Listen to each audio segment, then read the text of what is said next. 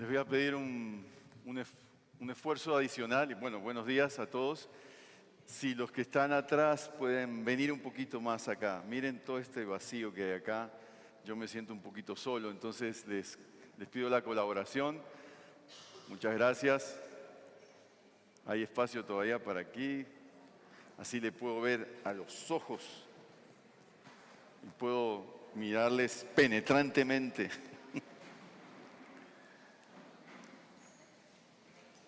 Hemos tenido muchas actividades muy especiales. El día viernes con la Asociación de Pastores de la ciudad, que organizó una actividad para los jóvenes sobre noviazgo, matrimonio, fe y amor. Muy especial ese tiempo. También en el día de ayer disfrutamos otra velada muy especial, el concierto, ¿cómo fue que se llamaba? Concierto Baby Isaac Shower, bueno, algo así, ¿no? Muy especial también el tiempo de alabar al Señor y de reconocer cómo un papá se enternece, se conmueve con la expectativa, que no es solo de la esposa, ¿no? Es del papá. El papá también está embarazado. Al papá también le da antojos. Come de más. Okay. Bueno, él siempre come de más. Pero, bueno,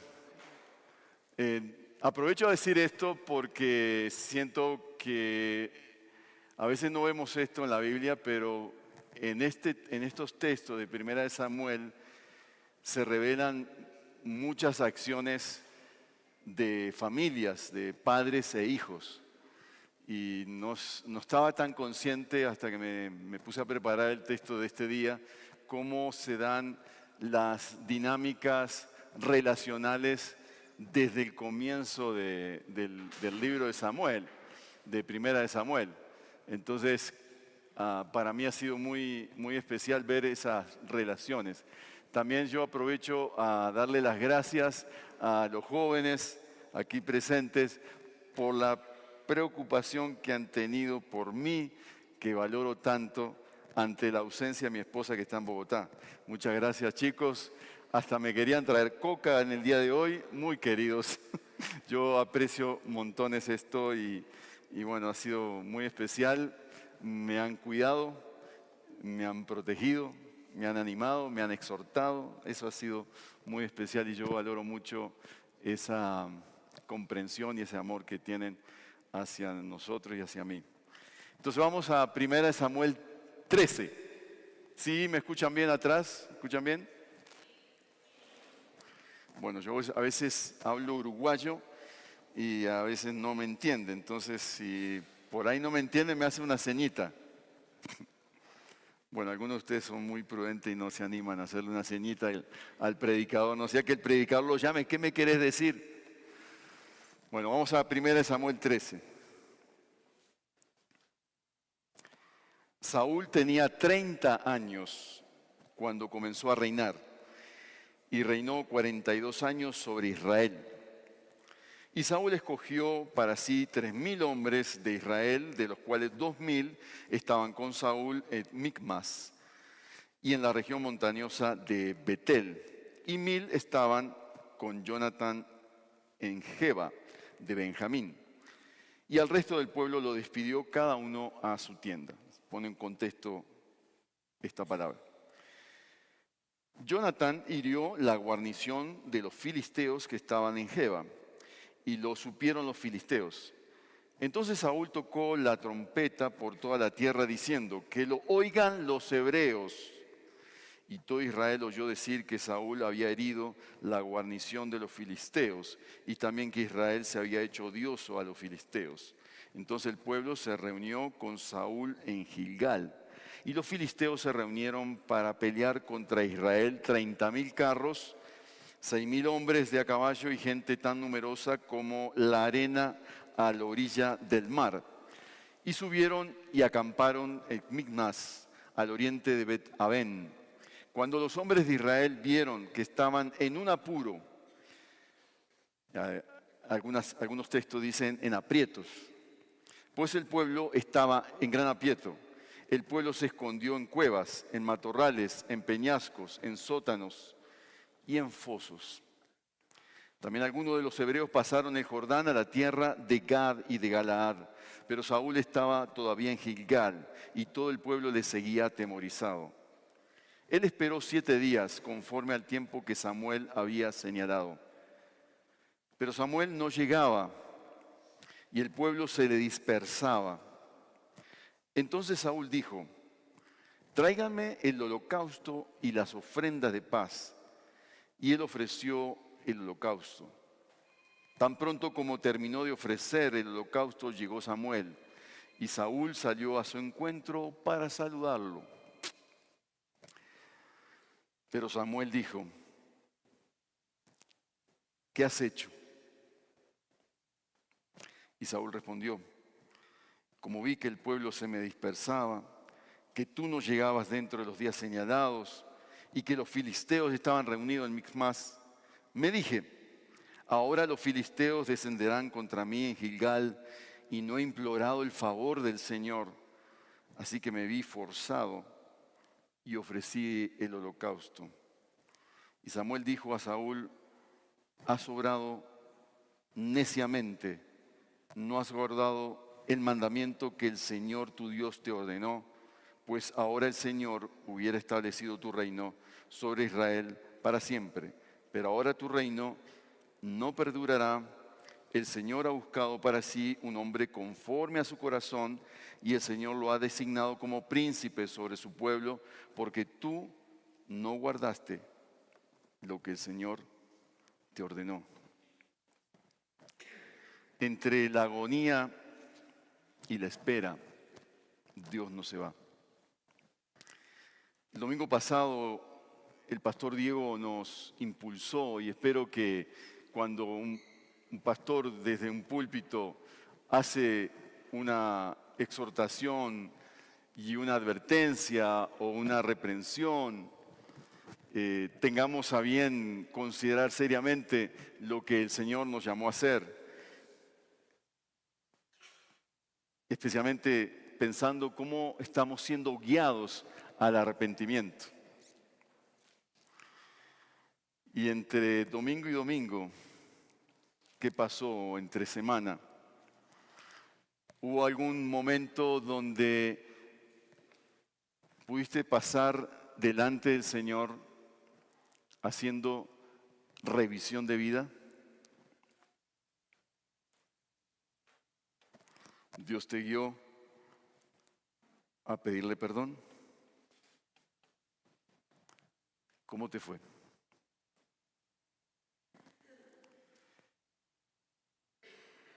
Aquí tenemos un personaje y una historia, de esas historias que son dramáticas, de un hombre que no supo esperar. Entre la agonía y la espera se desesperó y tomó una decisión equivocada. La agonía, esta agonía se extendió por varios días. La pregunta que muchas veces nos hacemos es cómo vivimos cuando eres puesto en estrecho. Cuando hay una situación externa, porque es una situación externa, y no sabes qué hacer. Cuando es tan grande que no sabes qué hacer y tomas la peor decisión. La impaciencia. Cuando no sabemos esperar y tomamos decisiones terribles. Y el resultado, el juicio de Dios. ¿Te has preguntado cuál es el perfil de un corazón impaciente?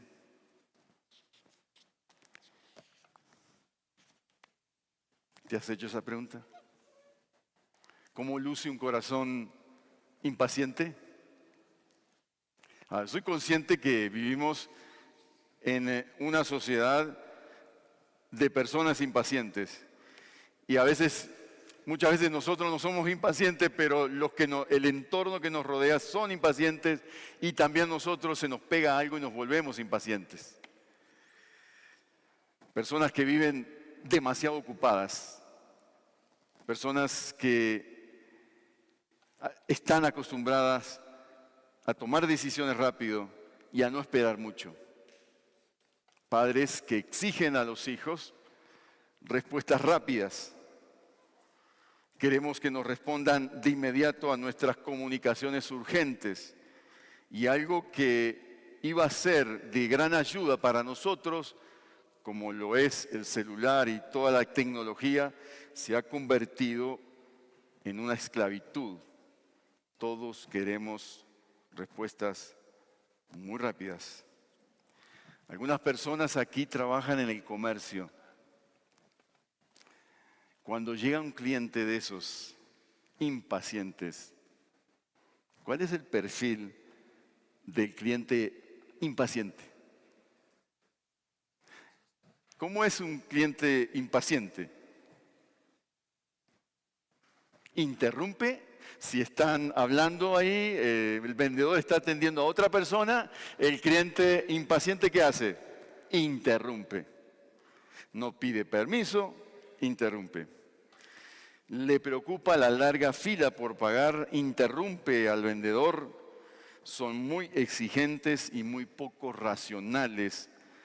Sus necesidades son las únicas y exigen que sean atendidas ya.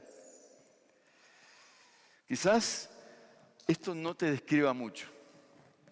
Y qué pena si has venido hoy y no te describes como una persona impaciente. Pero quizás hay alguien aquí que es impaciente, empezando por mí. Somos creyentes y hemos aprendido a lo largo de los años a lidiar con la impaciencia.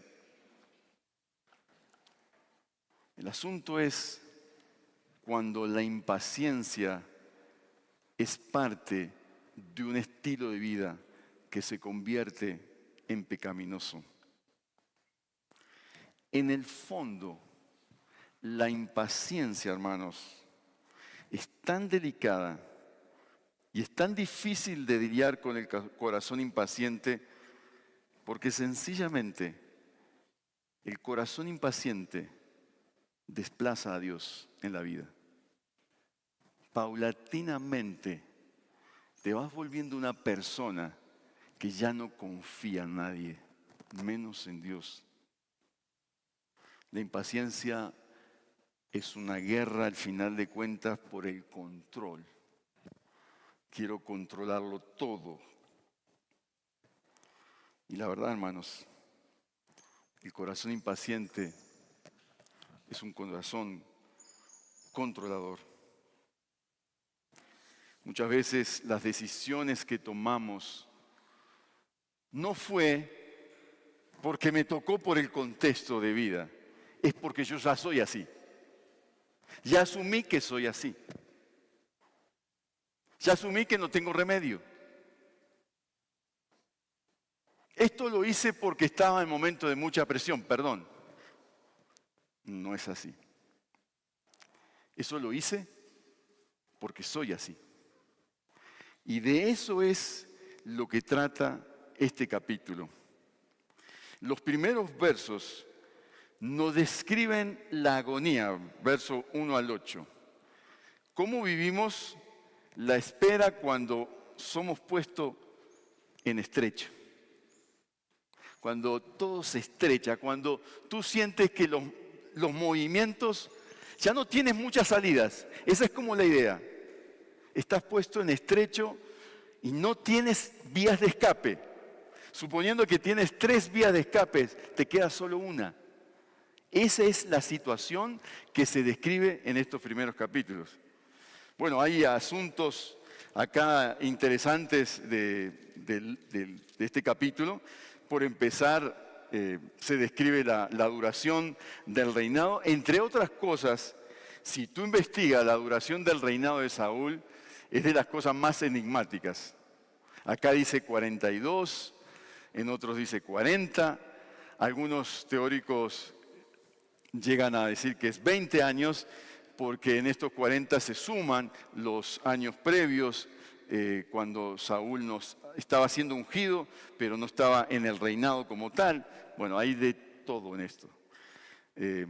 Por allá Pablo, en Hechos 13:21, dice que el reinado de Saúl fue de 40 años, como algo hipotético y algo que está diciéndonos fueron muchos años. Estamos en el segundo año de Saúl. Si fueron 40, como dicen Pablo y otros, en el segundo año ya fue desechado. Eso nos da una idea de lo que está pasando aquí.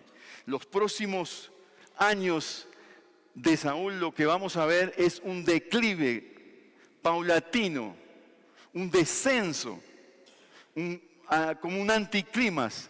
Todo va de mal en peor. La vida no es tan sencilla para Saúl. En segundo lugar, hay un asunto de proporciones que es interesante. Él empieza su reinado aquí, el capítulo empieza con 3.000, tiene 3.000 soldados. Y al final del capítulo termina con 600 y escapándoseles. Si la situación se vuelve caótica para Saúl.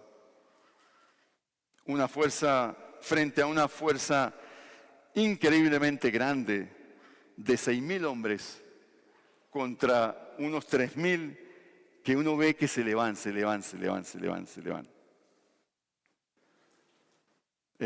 Habla de una cifra un poco grande, 30.000 carros, con un ejército que tiene el control del metal. Los filisteos tenían el control del metal, del hierro.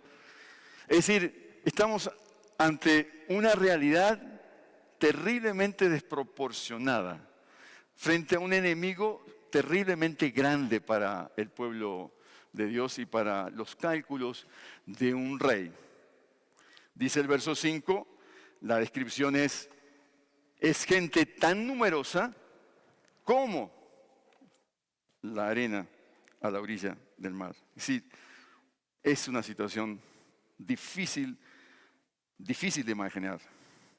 Es una situación de un rey que está cada vez más acorralado. Y ahí viene un detalle del hijo.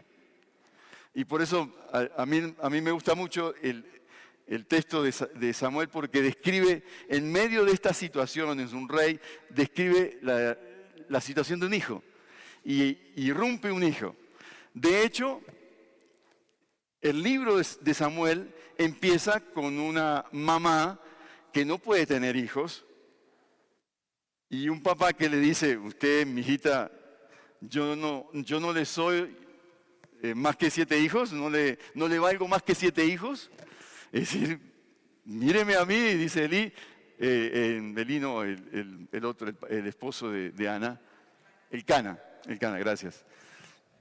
Míreme a mí, no le soy suficiente, le valgo como 7 hijos. Y obviamente eso no fue una respuesta sensible de un papá que está escuchando a la esposa. Simplemente es una respuesta de un hombre quizás machista, egocéntrico. Entonces el libro de Samuel empieza con una historia familiar y siguen las historias familiares. Después está el nacimiento de Samuel, toda la historia de Samuel. Viene también la historia de Elí, el sacerdote Elí, y los problemas terribles que tuvo Elí con sus hijos. Después viene Samuel con la historia de sus hijos, también difíciles. Es decir, el libro de Samuel parece entretejido frente a grandes figuras como Samuel, como Saúl, como David, pero en el medio, historias familiares. Y acá, en este detalle de la agonía, de que todo va mal, hay una situación y hay un detalle no menor que dice en el verso 3 que Jonatán hirió la guarnición, un destacamento pequeño destacamento, en medio de esa monstruosidad de este ejército y lo imbatible que podía ser este ejército, lo grande de este ejército, hay un triunfo. Y no es el triunfo de Saúl, no es el triunfo del papá, es el triunfo del hijo, de Jonatán, que hiere la guarnición, verso 3, que estaba en Geba. Dice que lo supieron los filisteos. Entonces, ¿qué hace este papá? Como en mis términos, como que saca pecho, como sacó pecho ayer un papá por el hijo que viene, sacó pecho y casi como que se adjudica, bueno, él es el rey, ¿no? Él se adjudica, él toma los créditos que le corresponden a Jonathan y se adjudica el triunfo de tal forma que él asume que él fue el que salió a la batalla. Él no salió a la batalla, él estaba quietico en su casa. Y él dice que ¿qué? Verso 3. ¿Que lo qué? Que lo oigan los hebreos. Que lo oigan los hebreos. Bueno, es un papá orgulloso de su hijo, ¿no? Es un papá que dice, yo me adjudico, el triunfo de mi hijo es mi triunfo. Y bueno, eso es lo que hacen los papás, ¿no? Los triunfos de los hijos son los triunfos de los papás.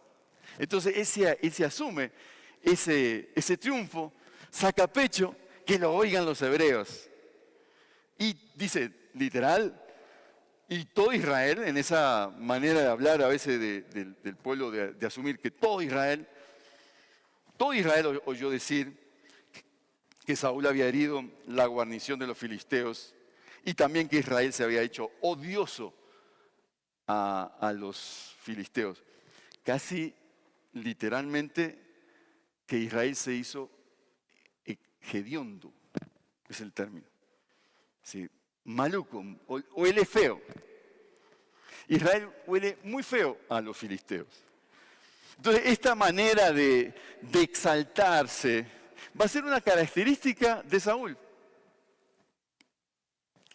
Y se gana muchos problemas por eso. ¿Qué pasa? Lo que tenía que pasar. Los filisteos se reúnen para pelear contra Israel. Dan una cifra, 30.000 carros, quizás sea un poco menor. De cualquier manera, es una cifra extraordinariamente grande, 6.000 hombres de a caballo, imagínense. Y gente tan numerosa como la orilla del mar. ¿Y qué es lo que pasa? Verso 5, 6. Verso 6. Los hombres valientes de Israel vieron que estaban en un apuro, que el pueblo que estaba en aprieto, literalmente, hermanos, no hay para dónde disparar. Escondámonos. El pueblo se esconde en cuevas. Por ese alardeo de Saúl, se esconden en cuevas, se esconden en matorrales, en peñascos, en sótanos y en fosos. Casi se podría decir que se esconden en cementerios. Salgamos corriendo, porque aquí es sálvese quien pueda. Esa prueba de valentía que hizo Saúl, que hizo Jonathan primero, que agrandó Saúl, les trajo enormes problemas. No hay para dónde ir. Y uno empieza a sentir que los lugares de escondite, las salidas son cada vez menores. Uno puede sentir el pánico del pueblo. Un pueblo que pierde totalmente la esperanza. Eso es vivir en estrecho. Ahora es interesante, hermanos, que mientras Saúl, el papá, está viviendo esto, la mente de Jonathan es totalmente distinta. Porque en el capítulo 14, y creo que Diego va a predicar sobre este tema, hay una frase que dice Saúl, que es Jonathan, que es extraordinaria. Y dice, Jonathan dijo al joven que llevaba su armadura, ven y pasemos a la guarnición de estos incircuncisos. Quizá el Señor obrará por nosotros, pues el Señor no está limitado a salvar con muchos o con pocos. Entonces, frente a esta visión de sálvese quien pueda, de estar acorralado, hay alguien, el hijo de este papá rey, que tiene una visión y una extraordinaria comprensión de quién es Dios en las circunstancias. Quiera que en esta mañana nosotros salgamos pensando con esto, Dios, tú no estás limitado en medio de estas circunstancias a actuar con muchos o con pocos. Hermanos, yo no sé qué haces cuando estás en una situación así de desespero. El texto dice que él esperó. El verso 8 dice que él esperó, Saúl esperó 7 días, conforme al tiempo que Samuel había señalado. En el capítulo 10, verso 8, Saúl lo convoca y le dice, vas a esperarme estos días. Y no vas a hacer nada hasta que yo llegue. Esa era la orden. Pero cuando uno está en modo pánico, cuando uno ve literalmente que su poco ejército de 600 hombres se les empiezan a ir, se les empiezan a desbandar, las esperanzas de hacer algo, de no hacer algo, se van diluyendo. Así que Saúl esperó, pasaron 7 días y todavía no había señales de Samuel. Mientras tanto las tropas se iban cada cual por su camino. Y aquí está el patrón del líder desesperado, del hombre desesperado. Él sintió que no podía esperar más. Él sintió que es el rey, que puede tomar algunas decisiones. Solo por un detalle, que él tenía una función muy clara, ser rey, no ser profeta ni ser sacerdote. Israel es distinto. Así que él empieza a incubar la idea de que él puede hacer el trabajo de Samuel. Yo no sé si en esta mañana tú puedes ponerte en los zapatos de Saúl.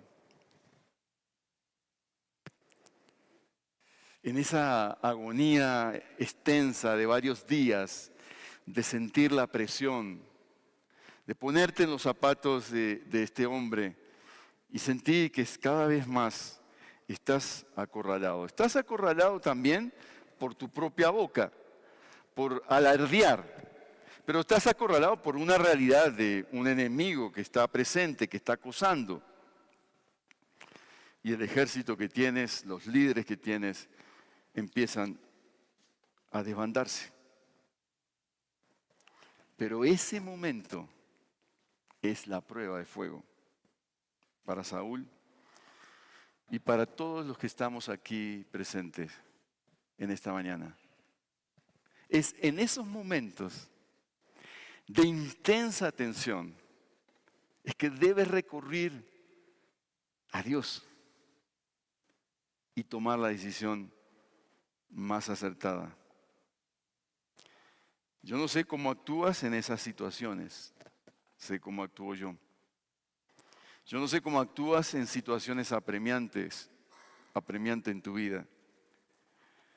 No era posible salir a la guerra sin el sacrificio respectivo. No era posible salir sin el consejo del profeta. Pero Israel no era como las demás naciones. El rey era el rey y el profeta era el profeta y el sacerdote. Él no podía usurpar el lugar del sacerdote. Así que a los ojos de Dios, Él toma la peor decisión, usurpar el lugar de sacerdote. Con todos estos atenuantes. Así que lo que pasa a partir del verso 9 es la rotura, la impaciencia y la desobediencia. Porque cuando el corazón impaciente se descontrola del todo, es allí cuando tomamos las peores decisiones. ¿Qué lleva a Saúl a desobedecer la orden de Samuel y usurpar su lugar?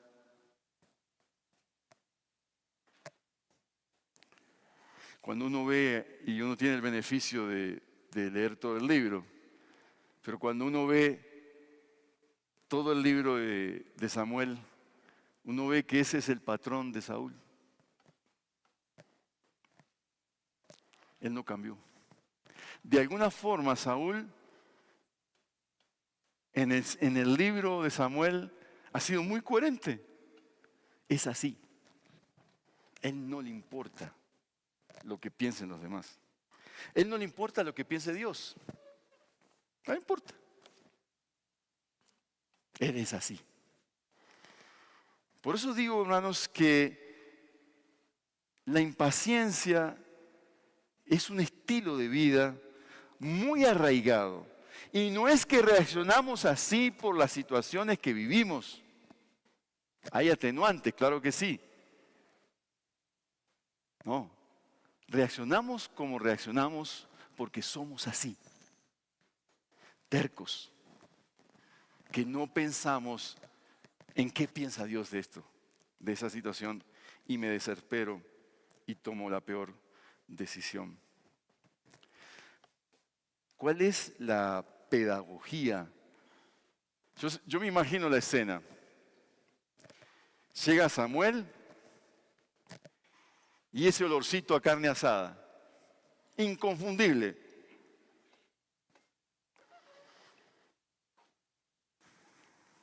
No es la hora del día para hacer carne asada. Yo no mandé que hicieran sacrificios. ¿Qué está pasando aquí?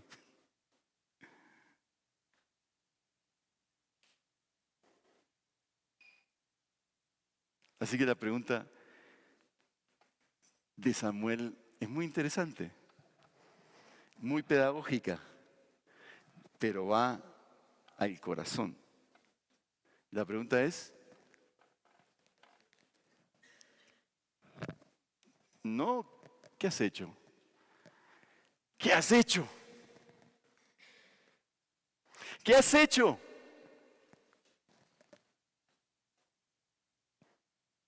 Y aquí está Saúl. ¿Cómo responde Saúl?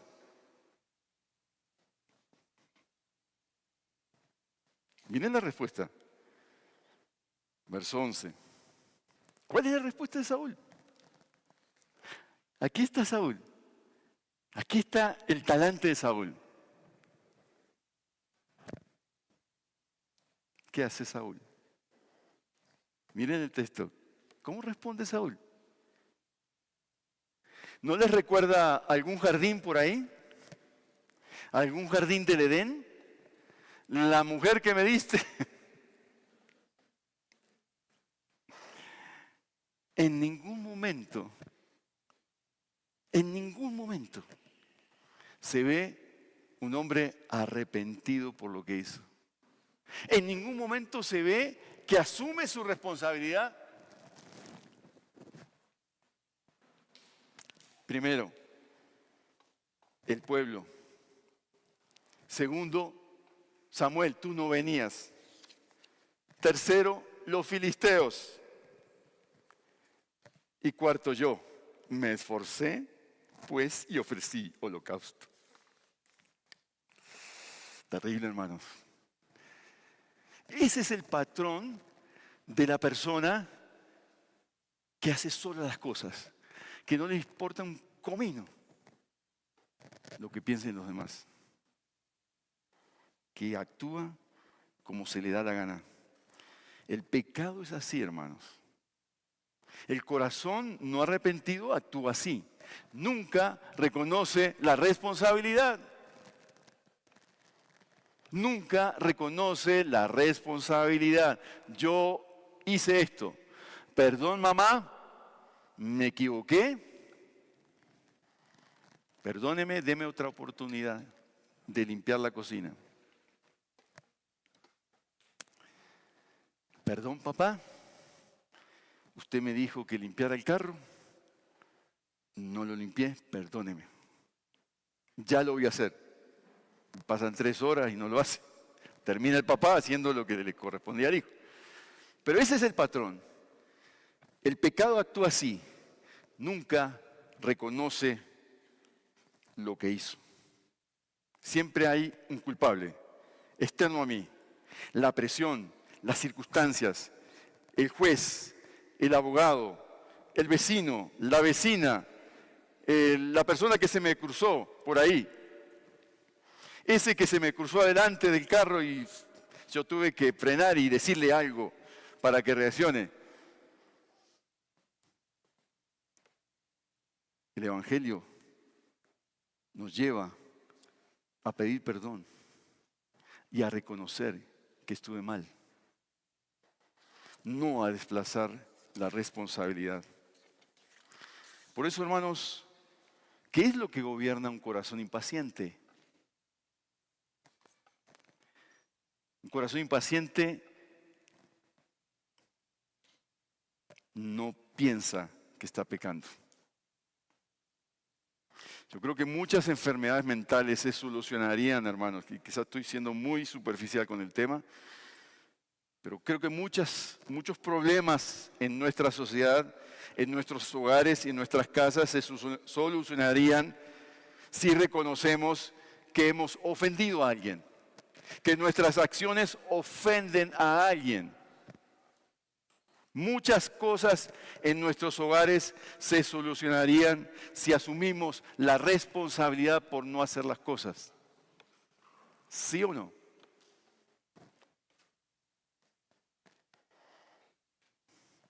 Pero hay algo más profundo acá en Saúl. En Saúl hay una persona que no cree, realmente no cree en la provisión de Dios. Su hijo sí.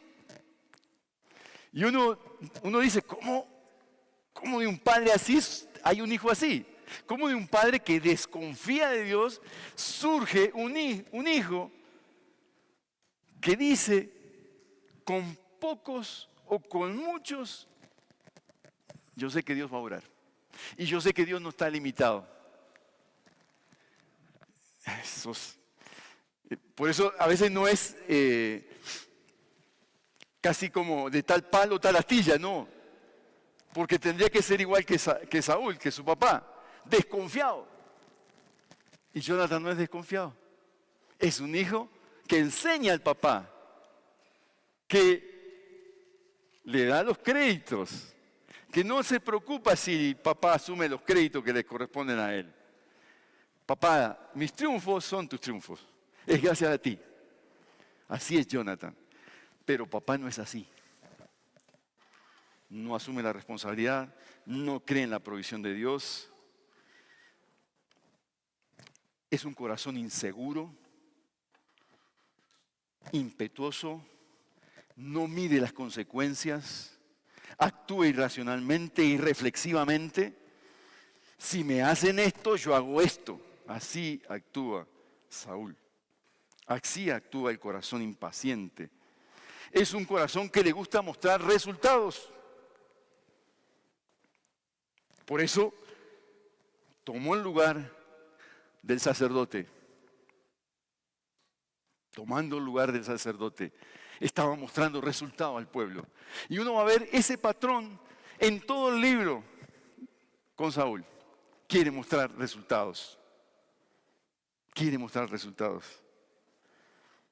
Él deseaba derrotar a los filisteos, por eso ofrece el holocausto, pero eso no le correspondía a él. El corazón impaciente está determinado a hacer las cosas a su manera, no a la manera de Dios. El tercer momento que vemos aquí es sumamente doloroso. Versos 13 al 15, no me voy a extender mucho acá, pensar un poquito más en las aplicaciones, pero es el juicio de Dios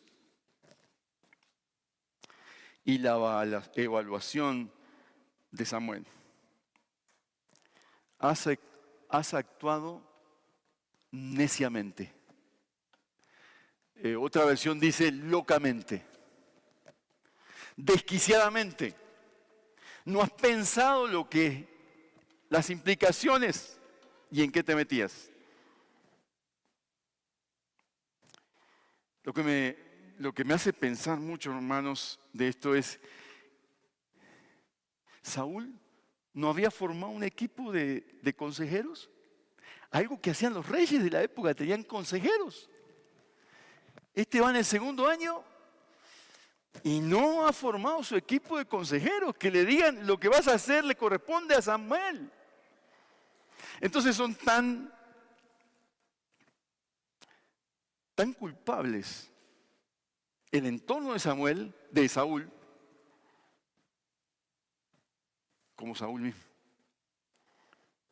No pudieron advertirle. No hubo nadie que le advirtiera. Bueno, están en un momento de presión, están en unas circunstancias increíbles, pero no hay uno solo que le diga lo que estás haciendo es de Samuel, espera un poquito más. No hay nadie.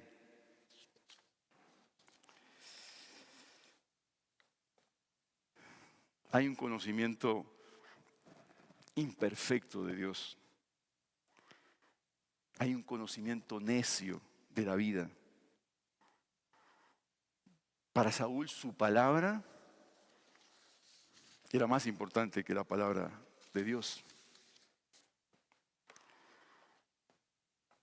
Bueno, hay arrogancia, no hay consejo.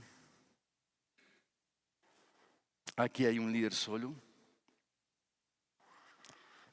Seguramente no hubo testeo, un control de quién era el rey que llegaba. No lo conocían bien. Un líder carismático, un personaje parece que sobresalía frente a todos. Un líder osado, era valiente también, pero es un líder aislado. Por eso hay que conocer los personajes. Y aquí abro un paréntesis.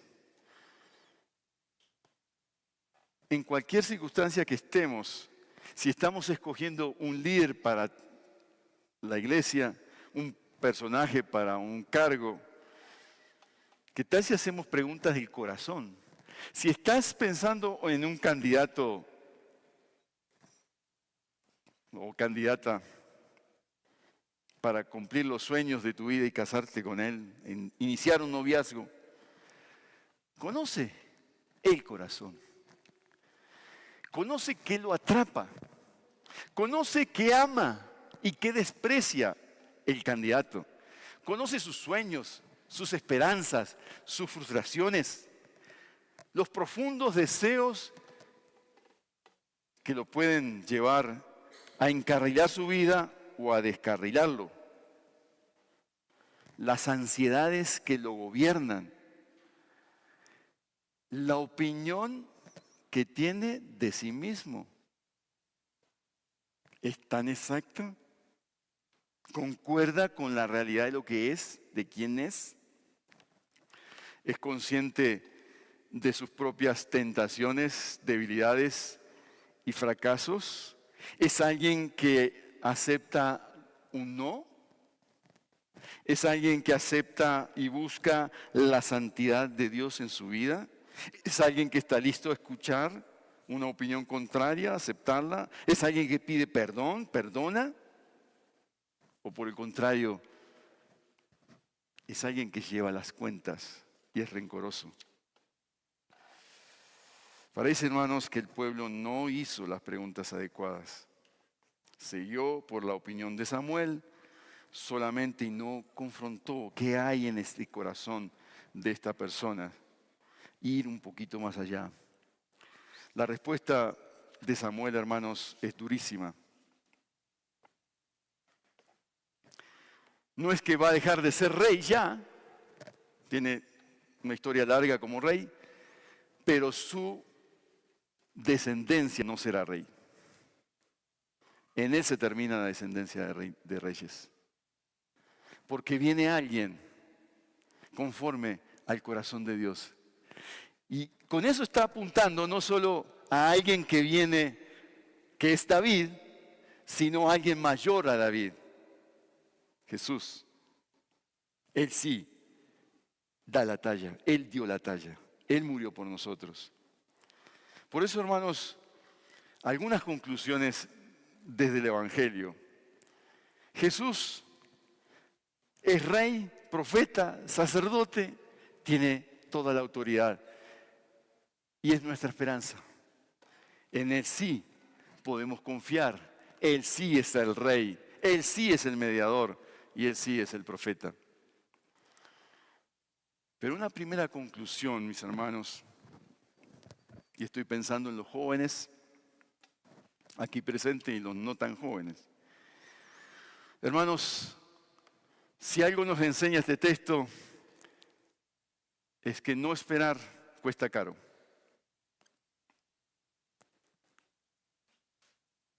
Esperar paga bien. Si tú esperas, paga bien. Paga bien el Señor si esperas, si te aguantas. Y tú sabes a qué me refiero, ¿no?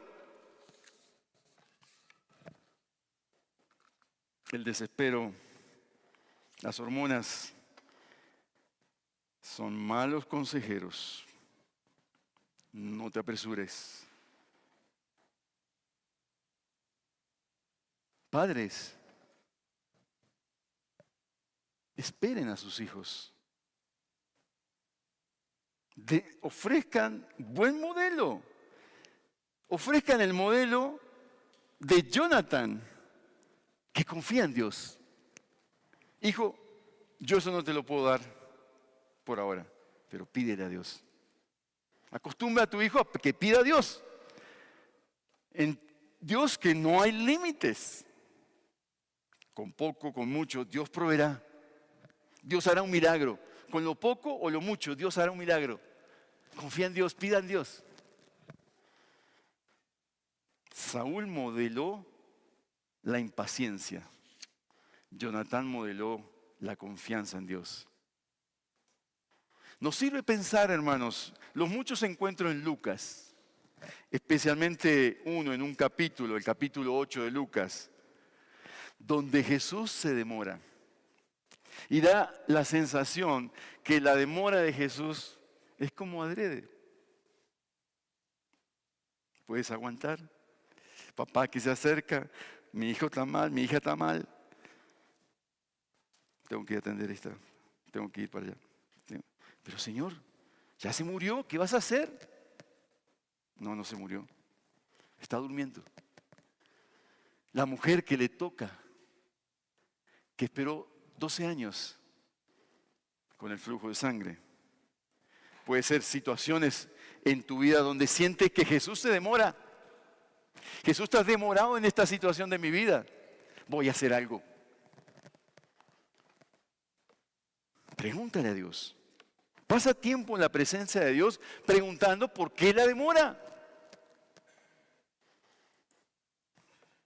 Este muchacho no se decide. Se me pasan los años. ¿A qué edad voy a tener los hijos? Si este está demorado. Muchos sufren en silencio, como esta mujer, la que menciona Jesús en el capítulo 8, que padecía por 12 años flujo de sangre. Imagínate en esa sociedad donde no había lo sanitario, no había nada y era tan difícil. Quizás estás esperando la respuesta de un juicio, una demanda, una querella por muchos años. No ves ninguna luz al final del camino. O estás experimentando una situación de enfermedad. O estás esperando un grado, algo que no se da, que se demora. Construye una relación con Dios de tal forma que el Señor te ayude en las esperas. Pero hay algo más profundo en este texto, mis hermanos. Desde el Evangelio, el Señor nos enseña, hermanos, a ser fieles en el día difícil.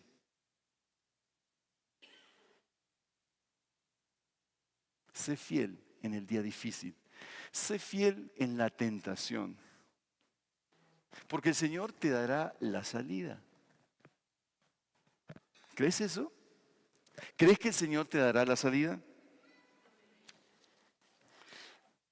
Porque crees eso. Estás creyendo que el control lo tiene Dios, no tú.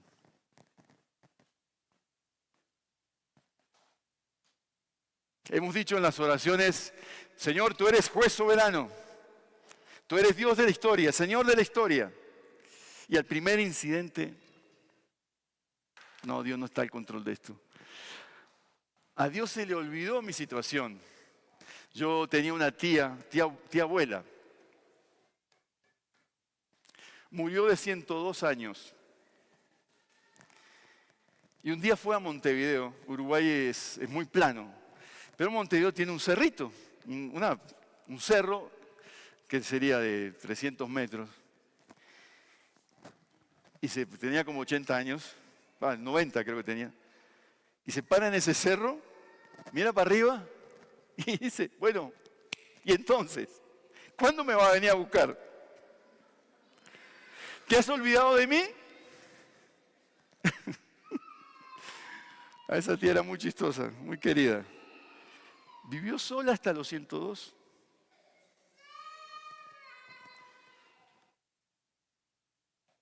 Pero se acostumbró a depender de Dios en su catolicismo, una mezcla de cosas que tenía ella. Pero a veces nosotros estamos así, ¿no? Señor, ¿será que mi caso se te traspapeló? ¿Será que esa materia que estoy cursando por segunda vez en la universidad no la voy a pasar no la voy a pasar, Señor? ¿Será que esa situación que me está embargando, amargando, será que se te olvidó?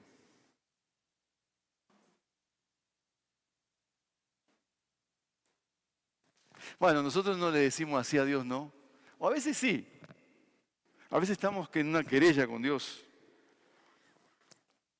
Pero hermanos, cuando tú eres fiel en el día difícil, tú aprendes mucho. El carácter se moldea. ¿Sí o no?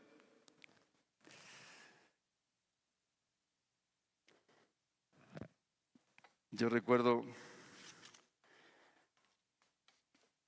yo recién llegado de Colombia, de Uruguay, ya estoy confundido con de dónde vengo y dónde voy. Yo llegué a Colombia y dije, bueno, yo voy a estar un año acá. Y llego a la primera iglesia que voy, la iglesia del Encuentro en Bogotá, la familia de mi esposa son todos de Bogotá. Y llego y había una misionera ahí y me recibe como sonriendo y me dice, bueno, Raúl, ¿cuántos años piensas estar? Y yo para mis adentro digo, ¿años? ¿Quién dijo años? No, yo pienso estar 1 año. Así me dice, 1 año. Raúl, yo dije lo mismo. Y llevo 30. Y yo, no, no, Señor. Yo he aprendido mucho aquí. He tenido experiencias muy bonitas. Pero hay días difíciles para un extranjero. Recuerdo unos años, tardé 4 años en regresar a mi país. Cuando regreso, sentí el hablado uruguayo por primera vez. Y yo dije, pero así hablamos de feo los uruguayos.